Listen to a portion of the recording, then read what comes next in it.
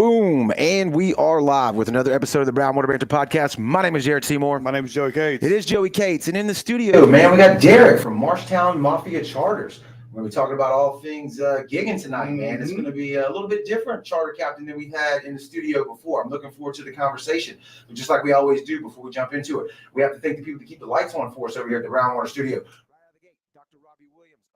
Southern Magnolia Smiles, man. If you're looking for a great local dentist, they are located on Washington Avenue right here in Ocean Springs. You can look them up on the socials at Southern Magnolia Smiles on Facebook and Instagram. 2025 is a year to brush your teeth, so you got a few more weeks left of that. You're ready to book that consultation with them and get those pearly whites shined up and looking pretty. You can give them a call at 228-215-1202 and tell them Brownwater sent you. If you need legal representation yourself or someone you know, Taylor & Cox Law Firm is right here on the Mississippi Gulf Coast. They are in Jackson County, George County, and Greene County. They specialize in felonies, misdemeanors, DUI, family law, divorce, child custody, BUI, if you find yourself in that boat, no pun intended. Give them a shout. They'll fight tooth and nail for you. You can call them for the consultation at 228-696-011. And again, tell them Brownwater sent you. Buddy Kendrick right here. The holiday season's coming up. This week is Thanksgiving. It's going to be a lot of eating going on. Christmas is right after that. Christmas is right after that. It's bulk. Yeah, unless you're trying to bulk. And even after the bulk, you got to do the cut. Everybody knows that. Forever Young Men and Women's Health is the one for you. Their motto is bringing medicine, health, and exercise together to help men and women live their best lives. So go check him out on Facebook. That's Forever Young Men and Women's Health. He's got a lot of information out there, a lot of videos. He knows what he's doing. You book a consultation with him. You go in there. He draws some blood work on you. Checks it out, sees if you're vitamin deficient or hormone deficient. He gets you back on track to feeling your best so you can get in there and start exercising, whether you're just moving around or hitting the gym. So give him a call at 228-363-6623. And again, tell him Brownwater sent you. And I'm going to flash on the screen while Joey tries to catch up. I ain't even close. Brownwater Shop. Screwed it up. We got the original Richardson 112 Brownwater leather patch hats right there. Scan the QR code. It'll take you right to it. And we got a bunch of different colors. We got the olive green like I'm wearing here. We got the gray like in the photo. Joey's got the row pad on. If you want to help support the show, man, it goes a long way for us. So go check it out, brownwaterbanter.com. Click on the shop tab. And I don't know, check it out, man. Yep. All right, keep going, Joe. You do your thing. Yep. Derek, brother, thank you for stopping by this evening and jumping in the studio with us and talking about your charter business. I always like to start with how you got into the game. How did you get into charter business? What's your background? Born and raised here, or are you from the coast? Born and raised right here on the coast. Fished, floundered my entire life here. Yeah, common story on the show. Yeah. Common thing. Yeah, and start out, middle school, high school, gigging, flounder gigging along the Gulf Coast, and buddies, when we finally got into high school, we could stay out all night long. We could go out there, we start fishing the seawall at night, and go to flounder gigging, and then fish the morning bite and go home, sleep all day. It's a common theme. Like I say on the show, he was out there fishing. Once you get hooked, no pun intended, you hooked. Yeah, oh yeah, absolutely. We did get pulled over one time. We were just 16, 17. We were going through and got stopped.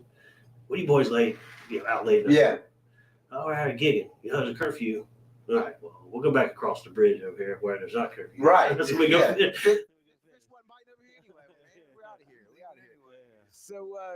So born and raised on the coast, obviously got hooked at an early age, and then how do we make the progression into the charter boat business? So I been doing it for a long time, and everybody's like, man, why don't you get your charter captain's license, and you're always doing it, make a little money. Pay for some gas. I'm like, man, I don't know. There's always the fear of failure, like right. And always pick the nights, the perfect nights where I know for a fact where all the conditions are right and I can go kill them, and I'm like, all right, well, we get those nights where people still want to go and conditions aren't right, like then you got to improvise. You got to improvise. You feel entitled because people are spending hard-earned money, and you want to put them on fish. And so I work with a couple guys, that charter, charter fish. One down in Delacroix, and he's like, man, I'm telling you, go do it. You would kill it. And I'm like, I don't know. I kept picking his brain. It's almost 3 years. Okay. And I'd be sitting at work and I'd get on Mariner's learning system and I'd add the cart and I'd type in, credit card information and I'm like, I don't, and I just, get off. Abandoned. I kept, and people like, man, when are you gonna? So finally I was at work one day and I was like, Mariner's learning system for the 50th time. Right.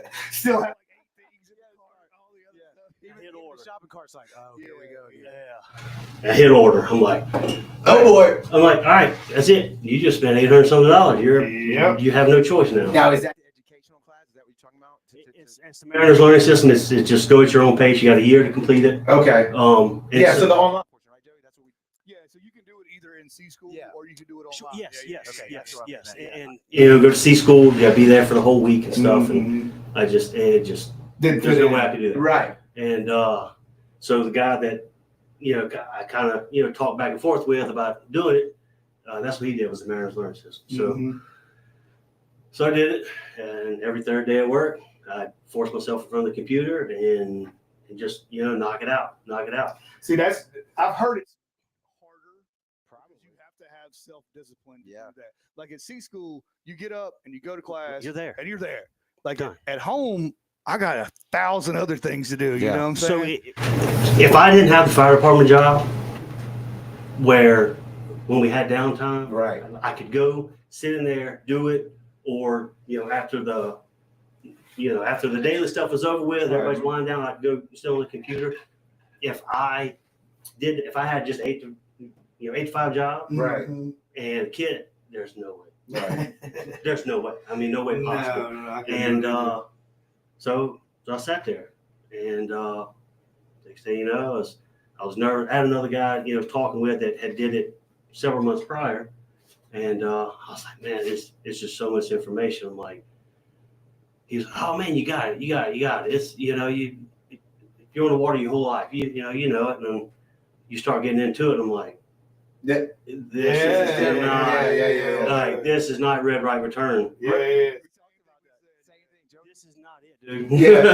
Joey was in your seat 3 or 4 or 5 episodes ago. We swapped him over because he does have charters. Yeah. And we made the same exact comment. I think I said it. I was like, red right return. Hand me my license. I got no, not that. I'm looking at barges and this light and that light, and I'm like, I'll never see this in the marsh. I'll never see this in the Jordan River.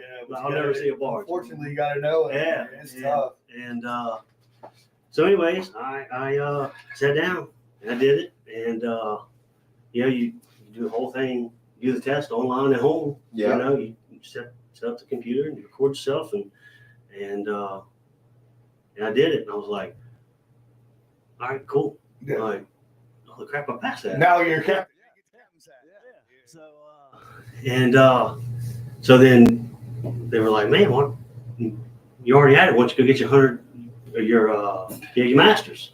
I'm like, man, I can't do it. Once again, doubting myself. Yeah. And that's a real thing, man. It's a barrier for a lot of people in a lot of different ways, right? I've done it my whole life. Like, let me give you this. You probably have or definitely would run into a burning building. Right. But you're like, but in your mind, you're like, but I can't do this test thing, right? You know, it's like it's different things for different people. And I've been like that my whole life. I'm like, oh, I can't do it. I go in there, done. Yeah.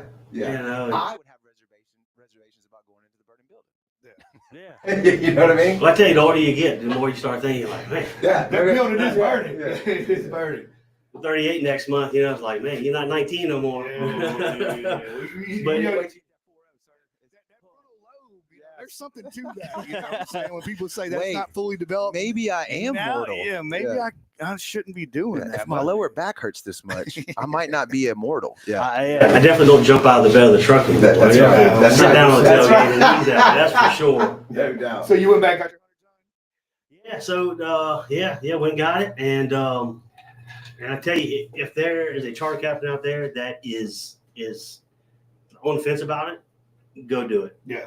It was super easy, and I don't want to say I felt like it was super easy. Even if you have had your charter captain's license for a while, go do it. No, it was just was the 100-ton. You're saying easy. easier than the first test than the regular 6-pack license? To me, it's so the It's way way my easier. course was, it was 7 days or 8 days, and you took the OUPV for the first 6 days. Then you had a day and then a test for the 100-ton. Okay. And like literally like plotting and rules of the road. If you can get them two, Right. rest of it's piece of cake.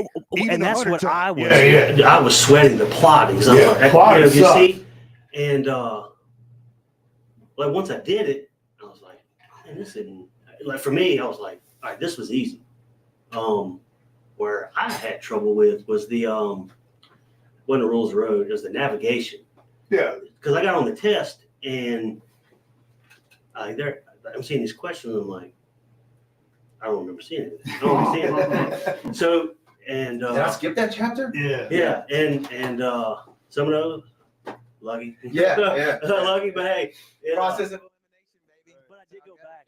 I did go back and like I want to know that. I Right. don't want to just guess, but like I remembered like there was several that stuck out. I'm like, I want to go back and see. And sure enough, I went back and looked. I'm like, oh yeah. Okay. Yeah. On the online version, does it tell you what you got wrong and then give you the right answer? Or how does that work? No, You just- no, I don't believe so. Okay. No, So you it's just have to go back and look it up on your own. Yeah. Yeah. Okay. All right. Like as soon as you sit down, there's a big board and it shows you the rules of the road. And it shows you who has right of ways and what are they doing and blah, blah, blah. And they were like, if you want to pass this test, you memorize this entire board. And I'm like, oh my God. What did I get myself into? Yeah, and by the end of the day, by the end of that week, your brain's hurt, you smush, Yeah. you know what I'm saying? Dude, the like the two honks, the one long honk, the one short. Yeah. I'm like, I do remember that hold from on. my boating license. Maybe not to the degree that y'all are talking. They tiptoe into it, but Yeah. like this is, if it's a plane or a sailboat or Right, any of this right, stuff, right, or right. he's coming in and he's coming under a wake and you got a red over it, there's all kinds of variables. Gotcha. Yeah. Gotcha. So you do the 100-ton, successful in that too. Now, Yeah. how long did you wait? 25 ton is what it ended up. But yeah. That's different. That's a mate, right? You got the 25 ton after the OUPV. Yeah. I got the 6-pack and then got the 25 ton Masters. Okay. I didn't go for the 100 ton. The reason I did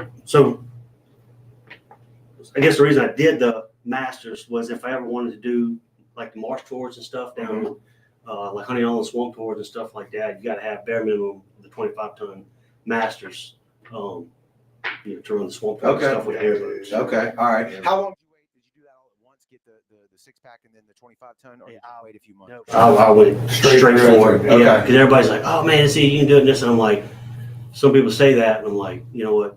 Just go ahead and do it while you're here. Right. And I'm like, but then like you get into it, and I felt like there wasn't a whole lot that related to the 6-pack.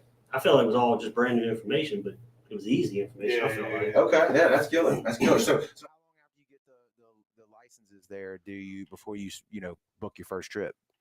Oh, I think I finished in April. And I didn't have everything done. Ran the first trip the week after 4th of July. Just waiting on the Coast Guard. All that stuff. Fast. Yeah. I had some help because of groundwater. I knew so we did things totally wrong. We didn't know how to do the LLC. We didn't know how to do the tax, all the ID. So when I jumped into that, it was easier because I've already screwed it up 2 or 3 times with brown. The learning curve was Yeah. How was that with you? The same thing.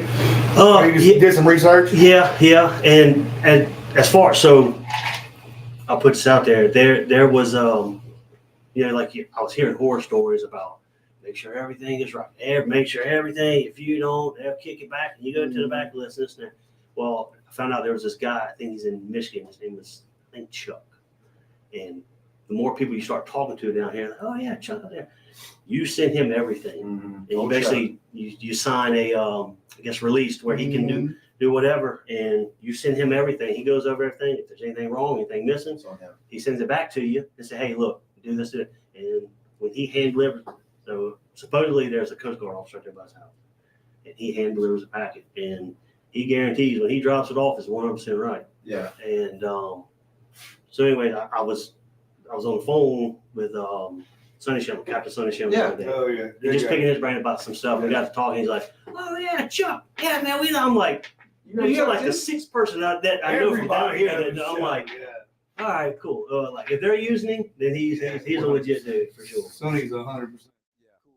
Oh, dude, let me tell you. I'm pretty sure his kid made this, isn't it? I feel like that's right. Yeah. Speaking of that. Yeah, that's pretty cool. I had about a 35-40-minute conversation with him one day, just picking his brain about everything. You know, the charter business. They've been doing it a long time. Yeah. And they have got some killer captains over there, man. They have got a jam up operation. And you know, what better way to get some information? Somebody that From the has old been salt. doing it for for a long 100%. time. And so anyways, yeah, they so he helped me out a ton. Hell yeah. So when you got rolling, did you? Because we mentioned at the beginning of the show, you do the Flounder gigging, which is unique to.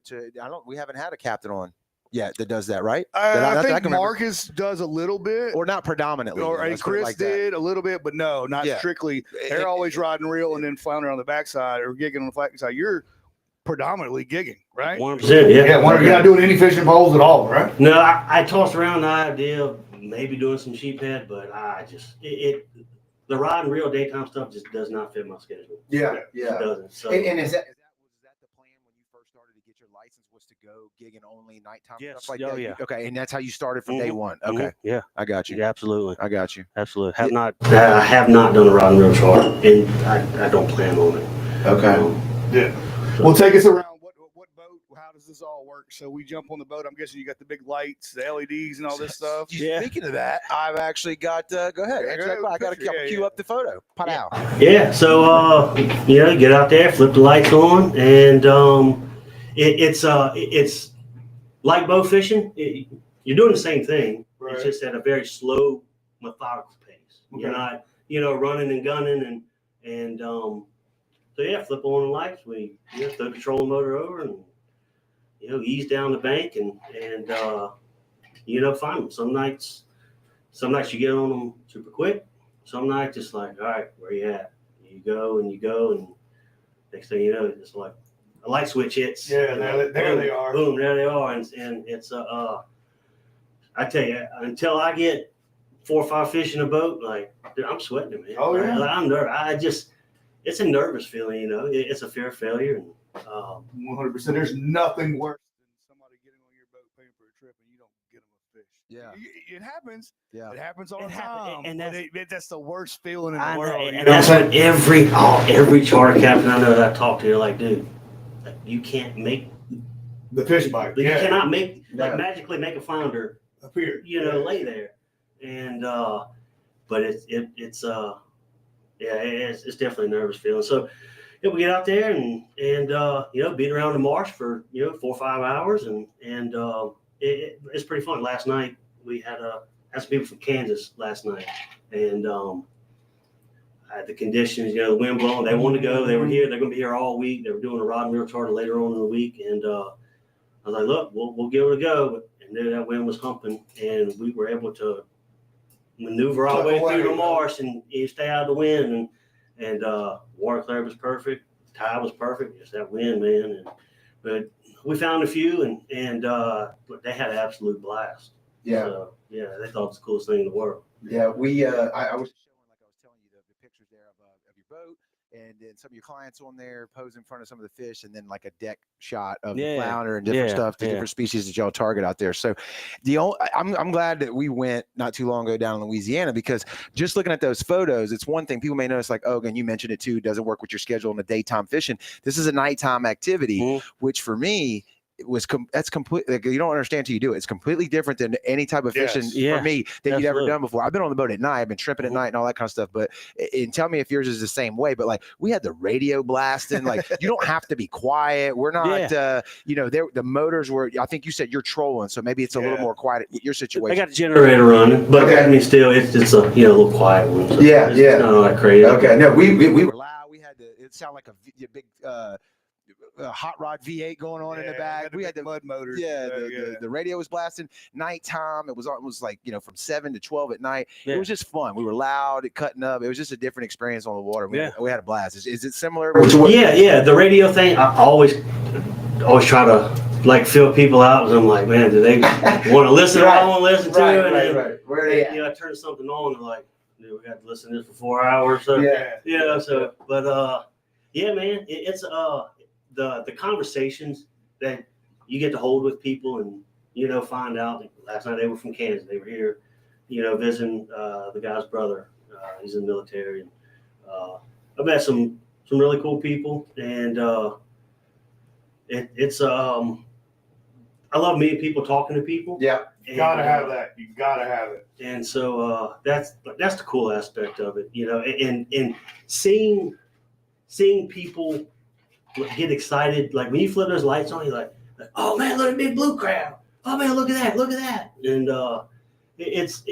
it's fun, especially the kids, dude. I love when kids come because they get so excited. It don't matter. They'll gig a stingray, like they don't care. Yep. Like they want to gig anything and everything. And so just to see them like last night, you know, the guy was like, man, this was awesome.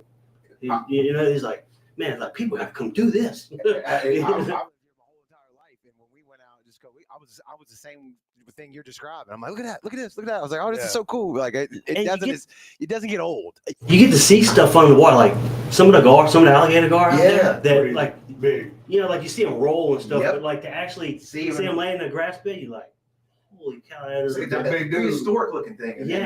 Yes, absolutely. So like being able to see stuff, you know, under the water that, you know, a lot of people don't get to see, that like you don't think there. And then you start figuring out like, oh, there's a big flat right here.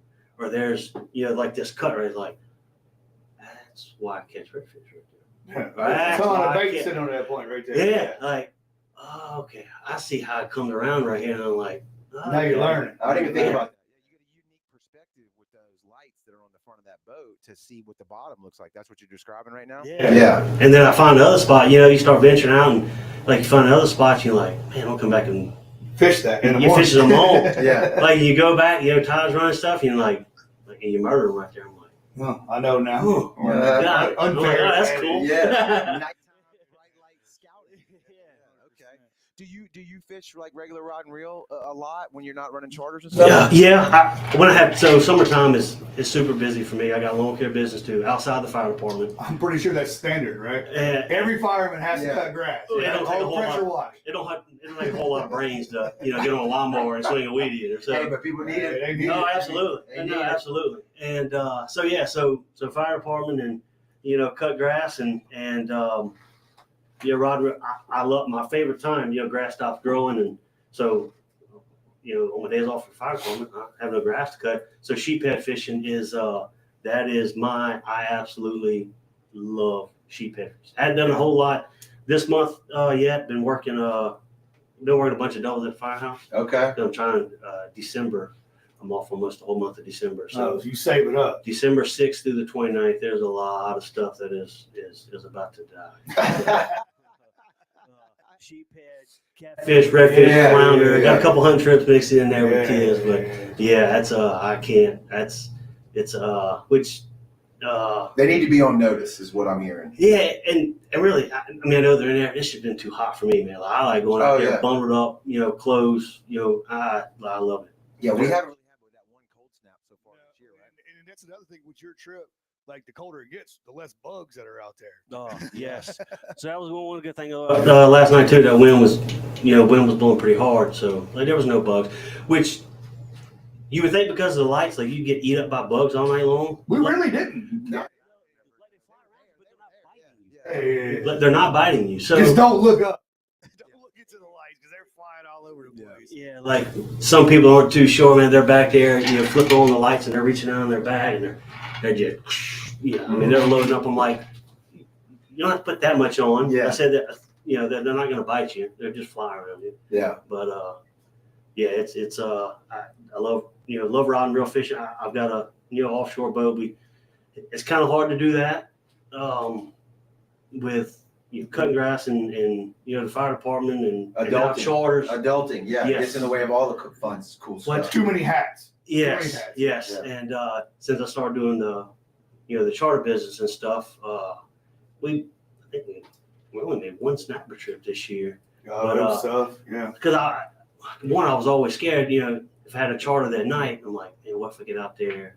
I got engine trouble, some breaks down. Now I'm running behind for a charter. I'm like, but now that it's getting cooler, the grass is slowing down, have a little bit more time, we'll get offshore and we'll try to find some tuna and stuff like that later on. Matt's in the comments. Go topless, Captain Matt. He said Westover. He said he's gotten so many calls for flounder gigging trips. Always, I'm assuming he means recently. always. Okay, yeah.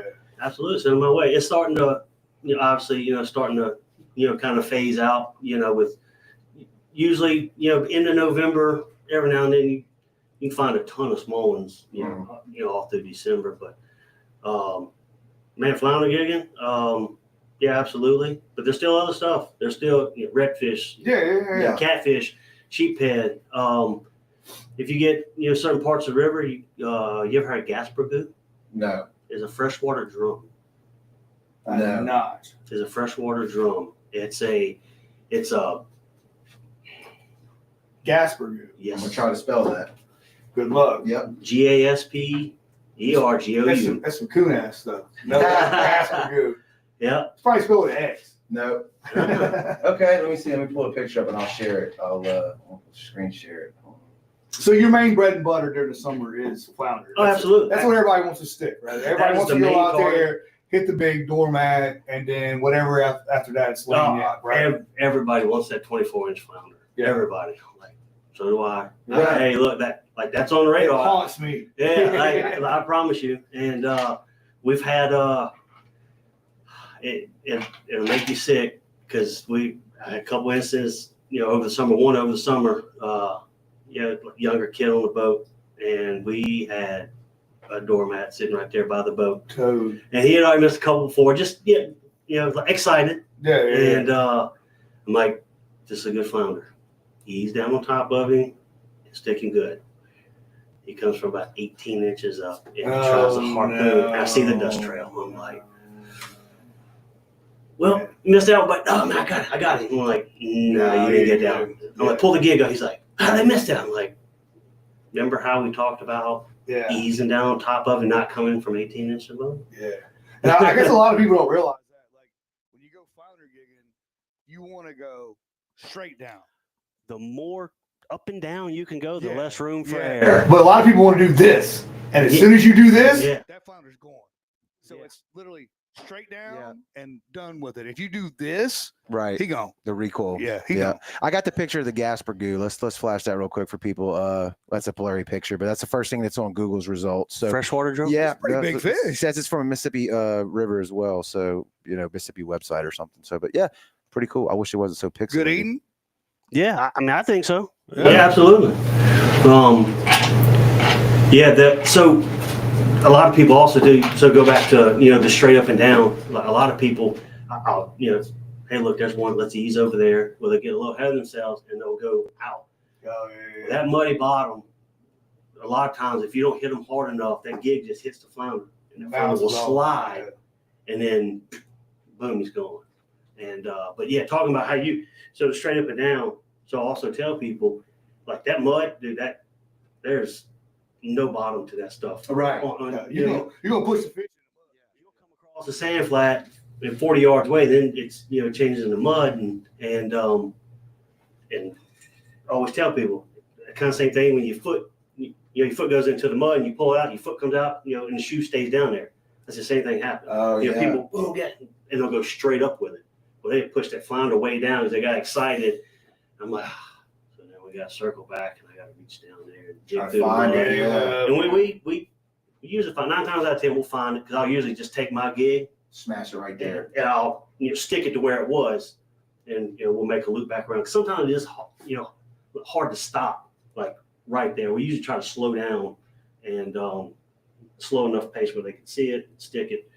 But last night we had to dig for a redfish and I had to work for that thing. Oh damn! Okay. Yeah. He got excited. I'm like, man, look right there, and he comes up. And I'm like, and he goes to pull the gig, and I'm like, he gone. I said he's still down there. I reached down there, and I felt a little bit of his tail in the mud. Oh yeah. And I got a pair of pliers and reached down and grabbed a pair of pliers, grabbed him by his tail, and pull him out.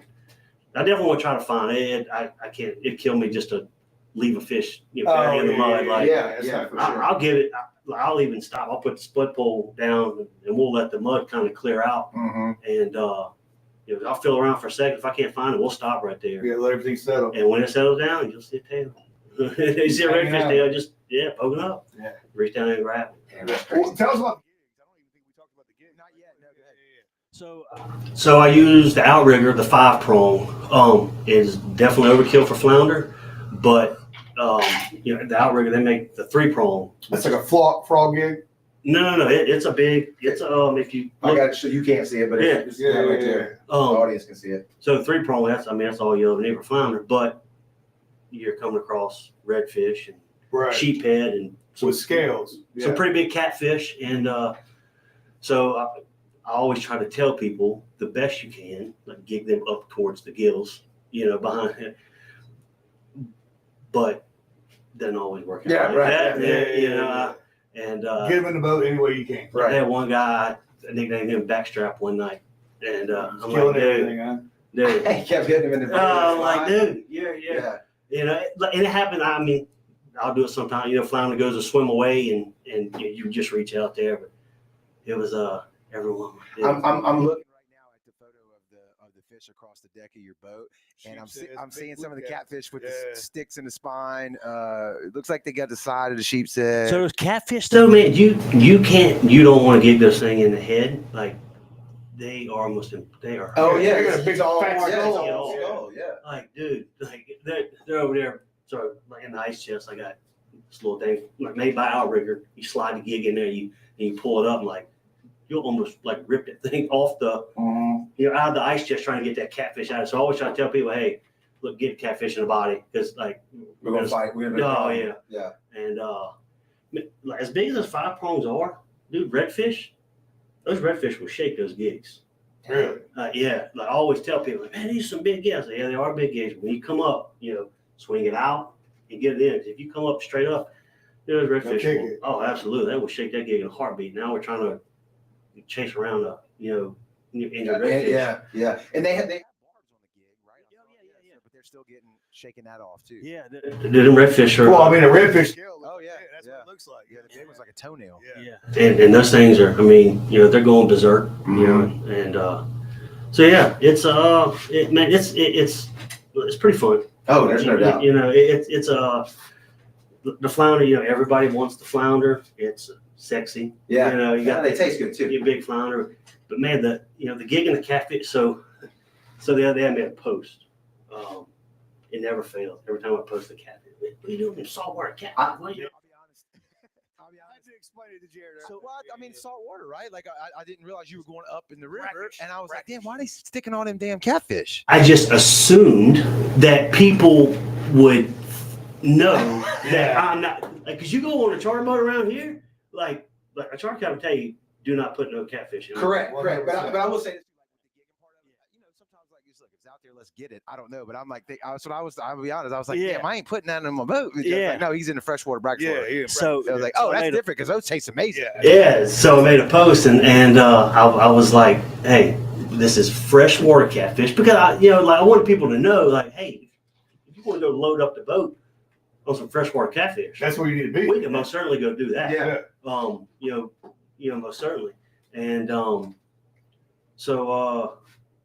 yeah, man, we the freshwater catfish, redfish, flounder, sheephead, all of it. It's it's all and I guess what I was getting at the blue cats, like dude, that is fun because it's a lot of action. You'll stick a flounder, you may go 10, 15 minutes, and then unless it's just one of those crazy nights, really good nights where you just stick it. But that's fun. Like it's a kick in the butt. How do they act in the water? Are they hugging the bottom, or what are they doing? There's no rhyme or reason. Okay. There's no rhyme or reason. Just hanging out. And you'll have one laid up there on the bank. You'll have one in the grass bed. You'll have a 3-4 pound catfish just lay there and you go up and stick it. You go do the next one and he's not getting anywhere near the boat. Gotcha. Them jokers will hide in those grass beds. On the nights where the tide is just perfect, where you can literally ride over top of the grass beds. Yeah. And Right, like they like to hide in them. Yeah. And they have the little silver tail that pokes up. I'm like, look right there. Where at? I'm like, the silver tail. You know? Yeah. Funny story, right? The one you shot. Oh, he was buried. We didn't see him. completely buried. We could not. The captain Yeah. saw him. He's like, I think we kind of saw him trail off or whatever, and he Yeah. went I up had in the grass no bed, clue. and it was the mate that was on the bow, and he's like, he's right there, and I'm looking, Joey's looking, we're both ready to shoot him, and I'm like, dude, I don't see anything. No, I see I had nothing. no clue. Joey didn't really say anything, and he was, or maybe you did. You were like, I don't see anything either. Joey just shot into the grass and hit him and killed him. And I looked No at him. idea. I said, no way. And you're like, I didn't see shit. I had no clue. Yeah, they can hide. Yeah. The people that don't see the flounder, and I'm like, look right there. They're like, I don't see what you're talking. I'm like, he's sitting right there. And they're like, It's camouflage, You man. never see it. Because you might be thinking in your brain, like looking for an actual fish, like moving Yeah. around or above the Yeah. thing. No, You they're don't realize they're camouflage. They're buried. buried. Yeah, you're Yeah. looking for a silhouette. when they've been, like on bed for a while, you see the eyes. That's about it. And a little bit of the nose. And that's what I've trained myself to look for, because a lot of times you won't see the whole flounder. You'll just see two little white beady eyes, and then the little mouth right there. And you're like, right there, I'm like, I don't see that. Yeah. I'm like, so You're take the bullshitting. gig. I'll take the gig and put it right. I'm like, follow the gig all the way down. Straight down. They're like, dude, nothing. they're like, dude, I'm like, look, just go down with it. Yeah. And they're like, how did you see that? Yeah. And I'm like, Yeah, it's like the dude who was the captain of that boat that we were on, man. You missed so We many missed shots. shit, and then he, he's respectful. He let us do. Are y'all, everybody good? And it's like, before we lose this fish, he's hitting it from the back, looking like Robin Hood back there. And we're like, how did you do that? But it's just practice and oh, absolutely. Like those dudes that hit those fish, like I was like, that's impressive. Yeah, that's 100%. Like, if it's not right there, I'll be the first one to tell you. Like, I'll bow fish, not a ton, but I do it. Yeah. Like, if it's not right there, No I'm not even. Yeah, it'll humble you up real quick. Absolutely. What's the reach on your gigs? How long are they? So the gigs, I had to cut down. I was using 10 foot. You got 3 or 4 people on there throwing around 10 foot gigs. Like, this one dude one night, I constantly, you got to give my head a rest.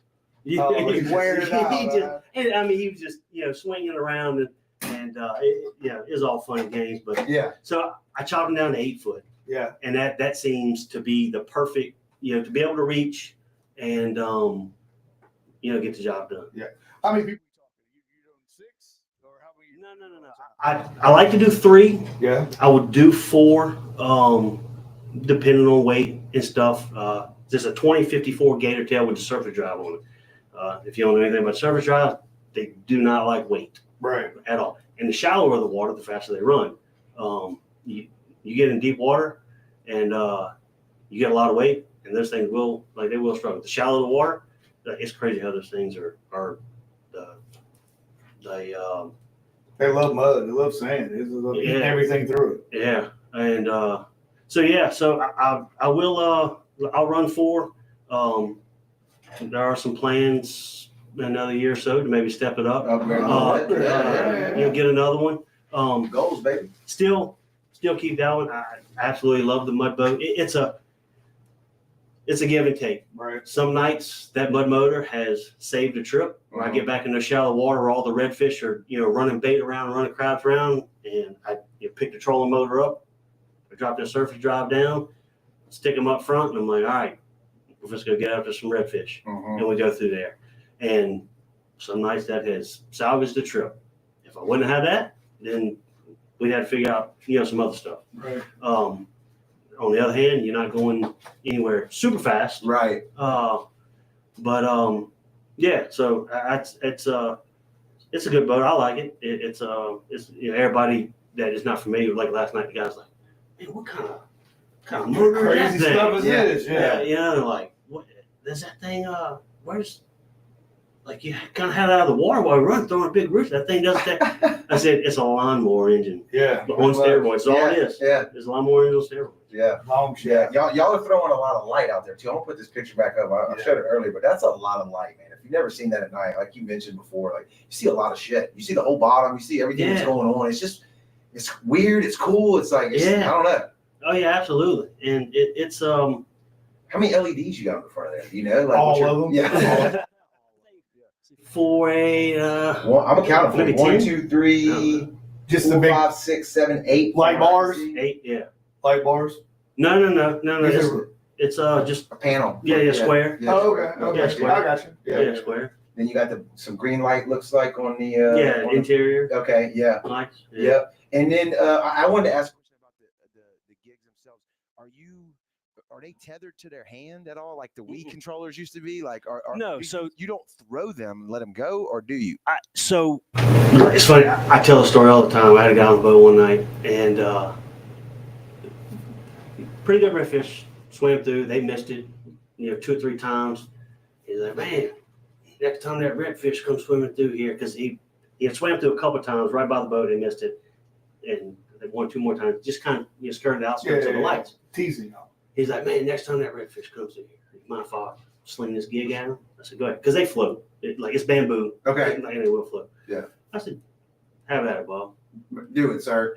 It wasn't 30 seconds later. That redfish come through. He threw this thing like a spear and struck that redfish. Did he? Absolutely. Nice.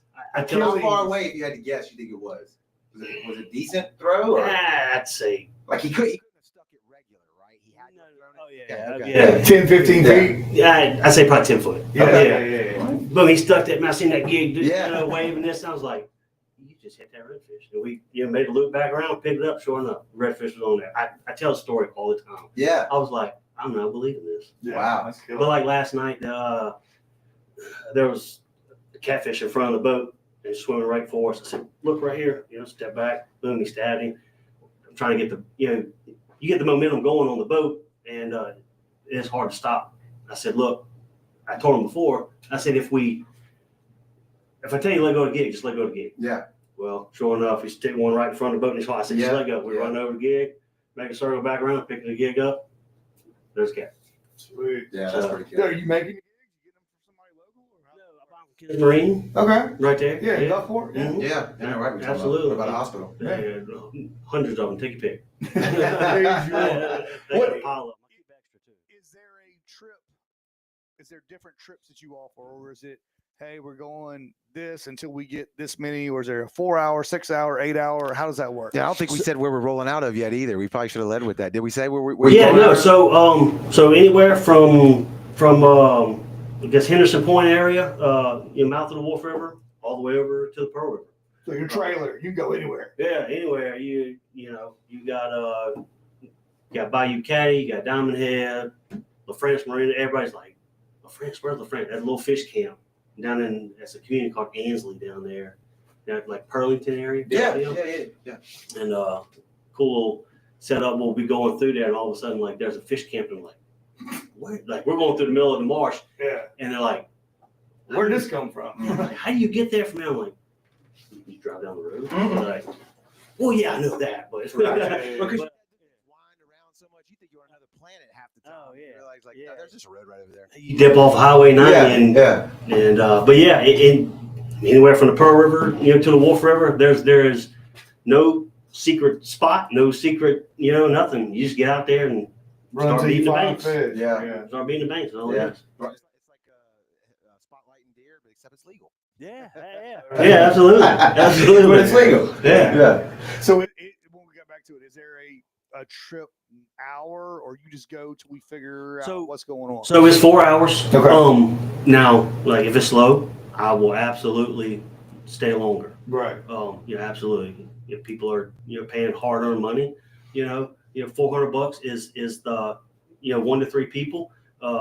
$400 for some people might not be a lot of money. $400 that person may have saved up for a couple months to bring his son on a trip. Right. Yeah. And if it's slow, we're going past the 6 or past the 4 hour mark. Right. I've went 6.5, and Damn. like, as long as they're cool with it, Yeah. hey, and it's like, it's been slow, get out there, and the tide just isn't right yet.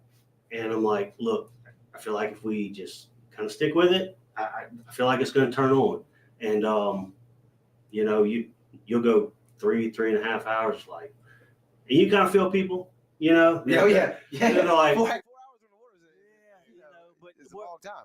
but I'm doing a lot of running around. Like, Yeah. if I'm making a good little stretch, I'm like, I'm just not seeing that. Boom, like, I'm moving. Mhm. And and it almost never fails. Right there at the end, it's like Some shows up. boom, there it is. And so 4 hours is the is the time frame, but 100% we will go over if need be. Is there a consistent start time? Do you start or you play the tide? Do you do any of that stuff? You say Yeah, so start 5:30, 6 o'clock. Start at dark, so summertime. Depends on what time. Yeah. July, you're not flipping the lights on until 8:30 at night. right. Now it's awesome. Last 5:30. last night I cut the generator on at 5:30 on the dot. Which is nice because you're home early. Yeah. Summertime I was getting off the firehouse. I was cutting grass all day long. I go hook to the boat. I run a charter. By the time you get home 2:30 in the morning, I was up at 6:30. I go cut grass all day long. You don't need sleep. You don't need. Yeah, That's getting after grinding. it. But hey, man, 2 kids and Yeah, you gotta make that. you gotta money. get it. I know. And one day I'm not gonna be able to, but like I enjoy it though. Like I wasn't, getting up and then go cut grass. I'm like, God, I gotta run up. Like I enjoy going out there and doing that. Like I love it. Yeah. Still gives you the. butterfly tingling.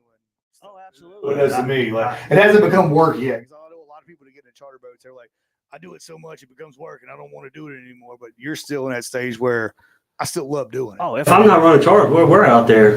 Go on your own anyway. Oh, absolutely. You're just not making money at it. Yeah, absolutely. And I truly, I mean, even December, January, it's like freezing cold out. I got 2 buddies that are hardcore, like they'll go with me. But when it gets into colder months, most people aren't gonna go out there when it's 45 degrees outside at You nighttime. just gotta have the But when I know I can go out there and flip the lights on, it's like there's fish everywhere. I love it. I absolutely love fishing. That's awesome. That's awesome. What is your season? What is your trips run through? Can you run all year? Can you Yeah. do So I mean, if you're willing to gig catfish and redfish and sheephead, obviously this time of year, the cooler month, the flounder moving out, everything else moves in. Sheephead move in, the redfish, and of course freshwater catfish. They're always there. Right. So that March, Aprilish is always kind of hit or miss with the rain and the weather and the wind and stuff like that. But yeah, I mean, if you want to go somewhere in December, flounder's probably not going to be on the. You may find one that's still bumming out somewhere, Right. but the flounder's probably going to be there. Redfish, catfish, sheephead. Load the boat. Especially. So I say that majority of the time you can load the boat with some freshwater catfish. Yeah. Majority of the time. And like if people out there, you're not like a hardcore fisherman or angler or whatever, like these fish, they all taste good. Right. And it's the same level of funness to gig or whatever these fish. Like it's only like ego and maybe taste preference that the flounder is better or anything like that, or the photo op, right? So it's like a speckled trout. Everybody wants that. That's what I'm saying. That's the point I'm trying to make. Because it's so sexy. It is. It's this and that. And I've had a couple like whatever. We'll gig anything. Right. And then I've had people like, well, if we can't, like if the night isn't good for flounder, we'll just reschedule. Because it's, we talked about it earlier. Like what I've learned is like people will gig other stuff while we're out there, but if they can't go strictly target flounder, They want that picture at the end. Right. That's what I'm saying. And don't get me wrong, they're the best tasting out of everything we've named. I would say, but it's still the level of fun is. I would think the redfish is harder to gig, more of a challenge than the flounder, right? Because he's just usually laying there. Yeah. Once you spot him. Yeah. So you say the redfish are harder to Right. Yeah. They're probably more plentiful and they're more regularly, right? And they're easier to see, obviously, like you've mentioned. But like sometimes, yeah. You sometimes you'll get them, man. They're just super skittish. Like see one, he's going. Yeah. And you get another one, he's gonna just kind of chilling there, like, hey, what are you doing? Don't. Yeah. You know. I think some of them get like bright lighted, like they don't know where to go. Deer Right headlights. blind. Yeah, there you go. That's what- Wait, Too, like, so we'll start hitting like these little sloughs and stuff, and of course the bait fish just start going crazy. Yeah. When they kind of churn up the water, with those redfish, I think they feel like they're hidden in that murk. So they just kind of ease through there and like, hey, look, there's a redfish. They think they're invisible still. Yeah. Now, like when it's super clear and there's not a lot of bait, in that little ditch, and the one's just hanging out. Probably skittish. Yeah. You might want to get him the first time he comes. That little rocket that comes flying by the boat. You might want to try to stick that. Right. Do you have a laser pointer? I do not. I need to get one. Yeah, they were hitting us with the laser pointer. It's cool because it gives me a place to look, but it also made me feel like shit because I'm like, he's already saw it, and he's got the laser on it, and I don't see it. Yeah. Yeah. You know what I mean? I need to. Yeah. I do. I majority of the time I'll usually stop the boat because I'll spot it. Yeah. Up front, and I'm already shutting the trolling motor off and putting the gig down on the split pole, trying to slow us down. Now, when you're, this might be the difference too. When you're running the trolling motor, where are you standing? Because these guys were on the tower, so they kind of needed it. So- you know what I mean? So I'm standing up there with them At the front. Yep. Okay, so a little bit different. at the front, Yeah. and if I see one up there, I'll move to the side and hey, look right there. Yeah. And let them up there. If there's times where it's like I saw it at the last second, I usually try to like if they don't care, like hey, I always ask them, mind if I put a gig in my hand just in case? Mhm. Oh yeah, absolutely. Most people, most people. That's more efficient. absolutely. Because There are times where, like last night, the water was super clean. You're looking everywhere. Right. You're like, man, you're trying to scan everywhere, and there are times where it's like, oh crap, there was a flounder, and boom, stick it. So yeah, I'm standing right up there with them, and pointing everything out. Last night, man, like the guy, he caught them pretty quick. It was like, and they were spotting the small ones. There are tons of juvenile flounder, which I love to see. Just for the population Mhm. and the That's the crops for next year. Did you know flounder grow 1 inch a month? We've probably had somebody on the show that's told us that between all the DMR episodes that we've done. But like, yeah. that's pretty cool. Like that's Yeah. that's pretty cool. Yeah. But it's the babies that were out there last night I love to see it. You mentioned like the way you do your schedule, like we at the fire department and then cut grass and then going running trips and stuff. We messed up when we booked our trip and we went 7 p.m. to midnight and then had a speckled trout trip booked the very next morning. We literally for went 5. NASCAR. Yeah, and I was like, I was doing the math when we got. I'm like, wait a minute, this was midnight and then we're going in the morning. I'm like, why did we do that? That's no sleep. You know what I mean? Like, Yeah. are you a night owl person typically or no? Like, because meeting those captains down there and realizing, that's why I mentioned at the beginning of the show, it being a nighttime kind of activity. They slept all day. Well, it's different. Yeah. We assume. I don't Yeah, know. yeah. Maybe they didn't. But like, it's a different. Seems like lifestyle, but you're still living the early morning stuff as well. So what's that like? Yeah, absolutely. When I tell you, I love it. I absolutely love going out there, flipping the lights on, and I feel like I have a drive. I'm a hard worker, Mhm. and if that's what it takes to go run the trips, that's what we're gonna do. That's awesome. I love it. I truly like. People are obsessed with certain things. I am obsessed with flipping those lights on and going to see what we can see. It's so cool. Like just the other night, we beating along the banks. There's about a 6-foot alligator gar just laid up there, and like there's no telling how old that thing is. Yeah, it's It's just huge. old dinosaur. Massive. It's like holy cow! Like, everybody gets excited. I love seeing people get excited about fishing. I love it, man. I truly do. And like back to the kid thing, like to see those kids, like it's so awesome to watch those kids do it.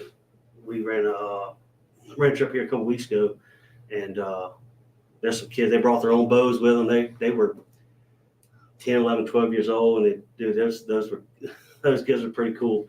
They ended up putting the bows down, picked the gigs up, Yeah. and Yeah. But man, to see them get excited over, a freshwater catfish, they were like, because we done pretty good on flounder. I'm like, hey y'all, you want to get some catfish? They were like, yeah, sure. Yeah. So we go up there, and it's a lot more fast paced. and like, man, this is fun. We should have been doing this all along. Right. We just had a comment come through. I'll read it out real quick. It's from YouTube. It says, when do you stop bow fishing and gigging for the fall or winter? You do mainly the gig, and we talked about that, but it's pretty much wide open, right? Ain't that what we said? As long as you want to bundle up and go. Oh yeah, absolutely. Like I said, the flounder are pretty much making their way out. Right. So really, after about November, as far as the marshes and the river and stuff, there's still flounder here. They're going to be juvenile. You might find one 12 and a half, maybe 13 still lingering around, but redfish, the catfish, sheep's head, gaspergoose, a freshwater drum, they are there. So yeah, I mean, if you want to bundle up and put clothes on, you can make it happen. All you got to do is say, "Hey, let's go." I promise you. That's good for him, though, right? You don't have to be confined by any kind of seasons. I mean, if you want to run it, you can run it. Yeah, as long as you're cool with, and they got gar out there. Have you ever had gar balls? The when they cut them up, you roll them in what is it, breadcrumbs and stuff like that? Right. I have. Okay, I hear they're great. I've never had them. It's okay. Okay, it's okay. It's okay. I heard they're great. I've never had them. I don't. Not your favorite. I tell people you can get those gar. I'm not cleaning. I clean stuff with skins, skin and scales. Yeah. But I got a buddy of mine. He knows somebody. He'll take those gar, grind them all up, and make dog food. Okay. Yeah. So, I know. Balls them up. Like I said, I'm assuming it's breadcrumb, whatever. I don't know. I've heard they're good. I've never had it. I've had it. Years and years ago, it was okay. There's a lot of other stuff out there. Right. There's a lot of those. But I always like to measure it too like this. I was telling somebody the story about the Nutri-Rat rodeo that we went to, that we're going back to. You gotta try it. Well, here's the thing. It makes me comfortable knowing that there's a lot of gars out there, right? If we can eat those and they don't taste terrible, as long as we still got some salt and a little bit of Cajun two-step or some Tony Sherrigans. Yeah, we're all right because there's enough gars and Nutri-Rats around here to feed everybody. A lot of people. If a zombie apocalypse or some kind of crazy. Have you ever went to No, we haven't. We were supposed to go last year, but one of the boats broke down, so we got there when they were bringing them all in. Yeah. And they were just throwing them on it. But we did get to we got to eat them. We got to do all that. Is my 10-year-old. He looks forward to hunt season. He looks forward to hunt season for Nutri-Rats. Wow. It's a little different here, like in Mississippi. Do you do that? Do you take that? No. Okay. No, you can't guide on public land. Like you can't run charge on public land. Okay. Like I couldn't guide. Okay. On public land. It's a little different here in Mississippi. You can't shoot them from a moving boat. Okay. That's what I was gonna say. Can't we just shoot them in the water or from the bank or shoot them on the bank? Yeah, but I couldn't take clients to do that. But we just do it on our own. Right. Not paid for it. It's different than like Louisiana. Like those dudes are out there. Airboats. Yes. Just master. Which I wish we could do that. They're a nuisance animal. Why? You don't hunt them during hunting season. You can't hunt them at night. And you're only allowed like 5 per person. We must either have backwards laws or they're not as big of a problem as they say they are in Louisiana. I tell you what, Louisiana, you go out there like in the marsh on a very cold night, low tide, everywhere. Them and raccoons. Everywhere. Fighting over crabs. Like those things are everywhere. And they're big. I did not know how big they got. Yeah, Louisiana. Oh yeah. Small. They get like a dog. Yes. The big ones. Fat. Yeah. Yeah. Intimidating looking. That's and it's but a little different than like Louisiana. You can't shoot them from a moving boat. You can't have any type of trolling motor or motor run. Yeah, I don't like those rules. Kind of push Took all the fun out of it. But if you can find some hard marsh ground, park that boat and get out and chase them around like rabbits. Okay. That's pretty cool. Oh, wow. Yeah. That's fun. We can't wrap the show up without asking this question. We usually do it at the beginning, but what was it like for you on that first trip? When your first charter trip, like nerves wise? Kind of like jumping on this podcast. I wanted to make an excuse that something was wrong with the boat, so I didn't have to go. Okay. Yeah. I was nervous.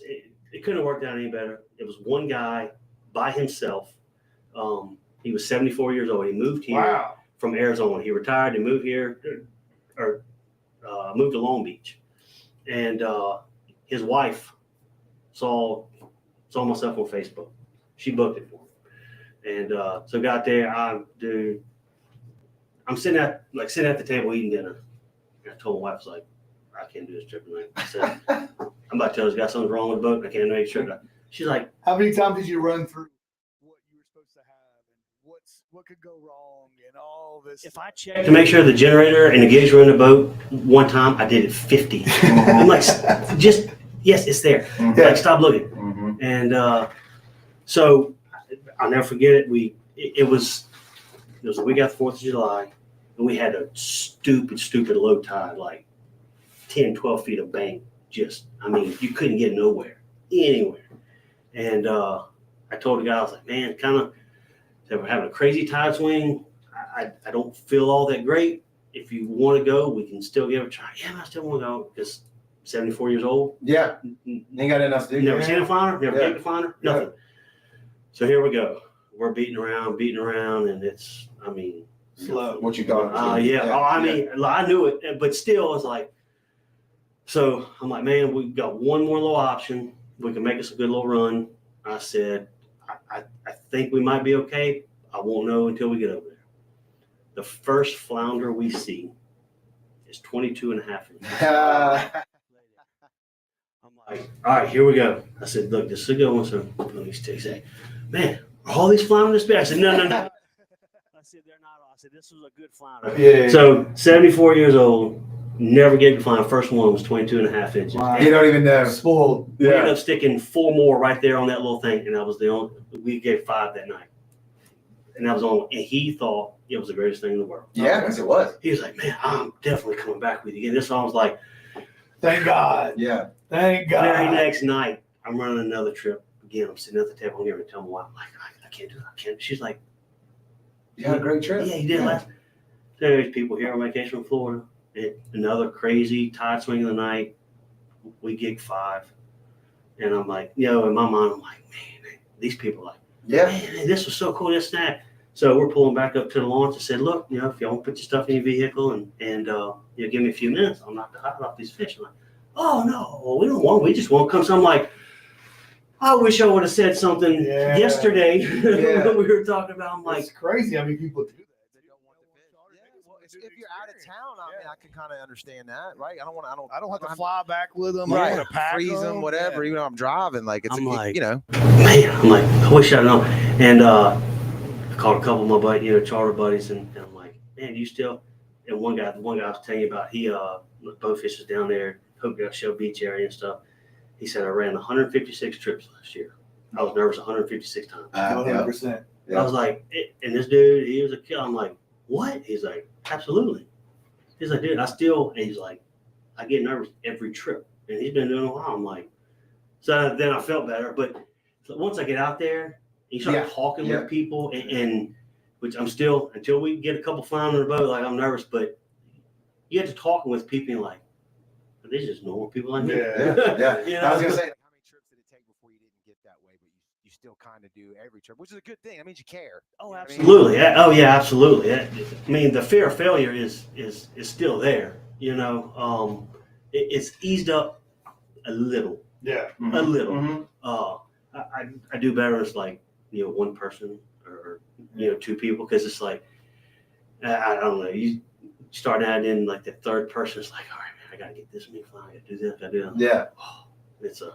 Well, half the battle's breaking the ice. Once you break the ice, you start talking to them. Then you got something in common. Right. Oh, I've been there. Blah, blah, blah, Right. And then it starts rolling, and I've then had a night couple. opens up. I've had a couple that were super appreciative at the end, and oh man, it's fun. But during the trip, like they just weren't big talkers. Yeah. They weren't, Yeah. like they were very tough one. appreciative. They had so much fun. They weren't talking. I'm like, all right, I'm running out of stuff to talk about here. That's Like, right. like, dude, help me out. Y'all see that Please. bird? I've been in that situation not as a charter captain, but it's like, you hear back from whatever the situation may be, you hear back like, man, they said they had a great time. It's like, really? I couldn't tell, Like one dude messaged me the next day, and I'm like, I thought for sure. I'm like, man, I don't know, because it wasn't a terrible night, wasn't a great night.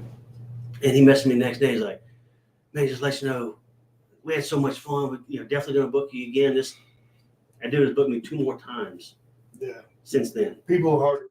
Yeah. Everybody's personality is different. You know what I mean? Not everybody's a big talker. Not everybody's, Yeah. you know, comfortable. And that's I'll talk to that wall right there. Yeah. You know, like my wife gets mad at me sometimes. She's like, "Will you come on, please?" Yes. Stop talking to people. Yeah. Well, say we book you, walk us through what we got to bring. I'm sure your license carries everything, right? They don't have to have a fishing license or anything like that. Yeah, right? yeah, absolutely. Pay good money for that tar captain fishing That's license. right. And so yeah, you show up, any snacks or drinks you want to bring, and I clean the fish, I bag the fish up. You just bring your little ice chest and some ice to put it in when you leave. Yeah. And that's we'll hop on the boat. I give you a little rundown of life jackets are here. If you happen to fall over while we're floundering, just stand up. And I always do the life jacket thing because you just never know. Yeah. I always ask everybody, anybody on here want to wear a life jacket? If you do, they're right there. If not, sit down and we're gonna get after it. Yeah. And so we go out there and spend the night trying to find fish and go kill some stuff. That's awesome. Do you recommend bug spraying? Because we always, the day guys, us day guys, Yeah. we got to do sunscreen. You don't have to worry about sunscreen. No, yeah, the vampire trips, they don't Yeah, gotta you worry don't have to about worry about that. Yeah. So I usually go through my text messages the same. It covers this. If you want to bring bug spray, you can. I always keep some on there, but some Yeah. people are like, I don't use this. I don't use Right. it. So we'll bring bug spray and Maybe a light jacket. Running at night's a little different than Oh, the yeah. sun's out. it's not so bad. Like you start getting this time of year, you get the warm days, and I had here recently, a guy got on the boat and he had short sleeve and shorts. I'm like, man, Jackie, want to grab real quick? Yeah. It's fine if you're just using a troll motor going, but Right. if we're running, if we got to make some runs, like it's gonna be a little chilly. Mhm. Oh yeah. And go grab a jacket real quick, but yeah. Do you know a Dale Parker? I figured he knew you. Hey, Dale wants to know: do alligators ever try to come climb in the boat with you?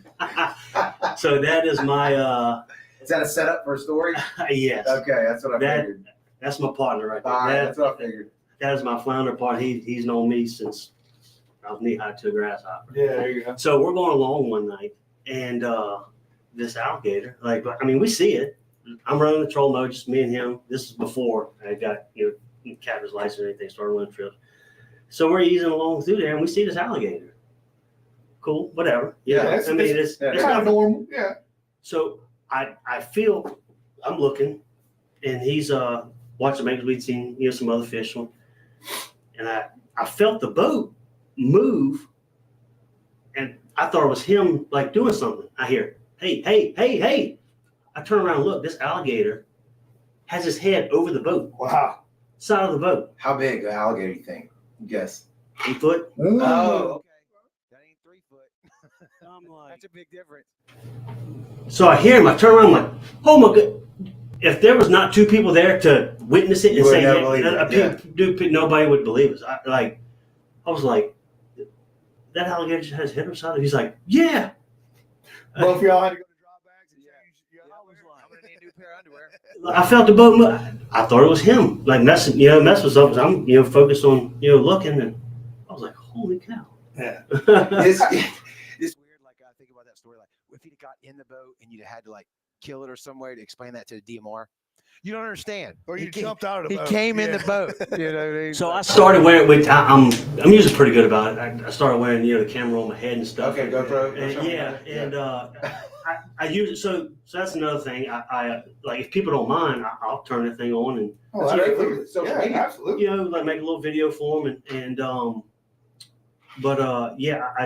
at that time I wasn't wearing the camera. And I'm like, man, I wish I'd have got that. Oh, that'd be Oh, cool. yeah. Because let me tell you, so come gator season, I'm out there all the You time. won't never see him again. And no, Yeah. It comes right up. Yeah, when I want to shoot it. Yeah. it's he's got a video of one, and it's a pretty significant size of the alligator. There's one tonight. It's crystal clear water. It's just video, and that thing is just laid up on the bank under the water, just laid there, and he's sitting there video, and I'm like, holy cow. If I only had some tags. Which when alligator season rolls around, if we get tags, I usually got a couple of them pinned that I know, where they're at. Yeah. So How often is that you see them?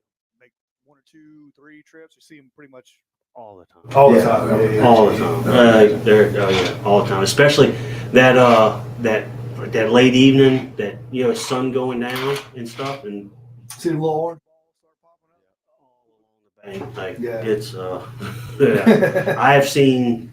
Just don't fall in. We never could get on any of them during gator season, but I've seen some absolute Studs. giants swimming around out there. I'm like people knew, like especially running around the Jordan River. I mean, Jordan River is very popular. Oh, yeah, Summertime. Kneeboarding and jet skiing and everything else. You ride around Jordan River at nighttime, and people get blown their mind. I mean, alligators are, and they're hanging out on sandbars and stuff, and it's crazy. Let's see here. Okay, hold on. That's why. We had this. Cody just sent us a text that our Arlie was a little bit low, and looks like one of the buttons got pushed here, so it might have been messing up the audio. Thanks for looking out, Cody, on that. We appreciate you, bro. Yeah.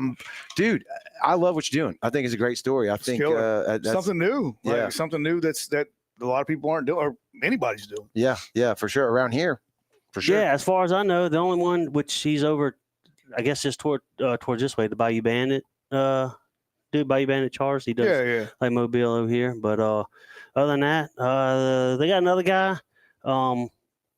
He doesn't really advertise a whole lot anymore. He's got 2 small kids at the house, so that it kind of slowed up. Yeah. But I have ran a couple trips with him this year, and but other than that, man, I don't. They got another guy, the low tide charters. He does the bow fishing, does a little bit of gigging. So yeah, other than that, man, it's definitely not like the rod and reel where you can just look up fishing charters and Right. there they are. Where are you most active? I dropped already the link to your Facebook page in the comments right here, and I'll have you linked on the audio stuff. But is that where you're most active for people? I put a bunch of videos on TikTok. Okay. Damn. Yeah, Marsh Town Mafia Charters. There you go. On TikTok. So I usually where I make all the videos is using the TikTok thing. So yeah, on there, the Facebook.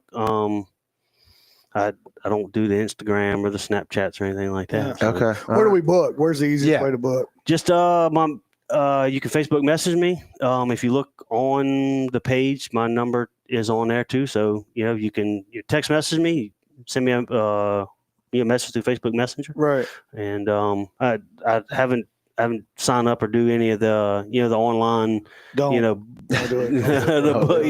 Don't do it. Yeah. Well, you walked in wearing that shirt. Do y'all carry merch, or is that just something that you do? It's just something I do. It's the whole merch thing would.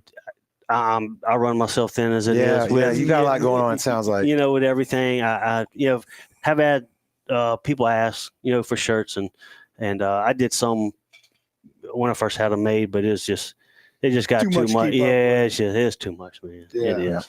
Well, we want to thank you again for sure for doing the Sheepshead Showdown. Yeah. One of the sponsors. That was killer, man. Oh yeah, absolutely, man. That's Sheephead is that. Like I said, December 6th. When I get off the morning of December 6th. Bad day to be a From sheepshead, that from that day till December 29th when I go back to work. It's on. I will be beating the bridge pilings for sure. There you go, dude. There you go. We all heard about it right here, man. Derek, thank you for stopping by. Yeah, we appreciate it, dude. 100%. Marsh Town Mafia Charters. Go look them up. Facebook, TikTok. I'm proud to hear you say TikTok, man. Not everybody's doing that. We got to get over there with you and do a trip, man. Yeah, 100%. film it. And Say when, man. Yeah, Absolutely. for sure. Absolutely. Whenever.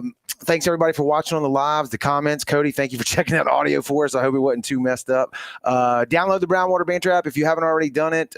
Stay connected to all of our stuff. Our podcasts are in there, all of our YouTube stuff, our merch, everything. A lot of cool stuff when you go out on the water. The captain's dashboard, I think is what we called it. Yeah. And it's got all links to like the weather, tides, everything right in one app. You don't have to go chasing it around on the internet. So it's pretty cool. So it's free too as well. So check that out.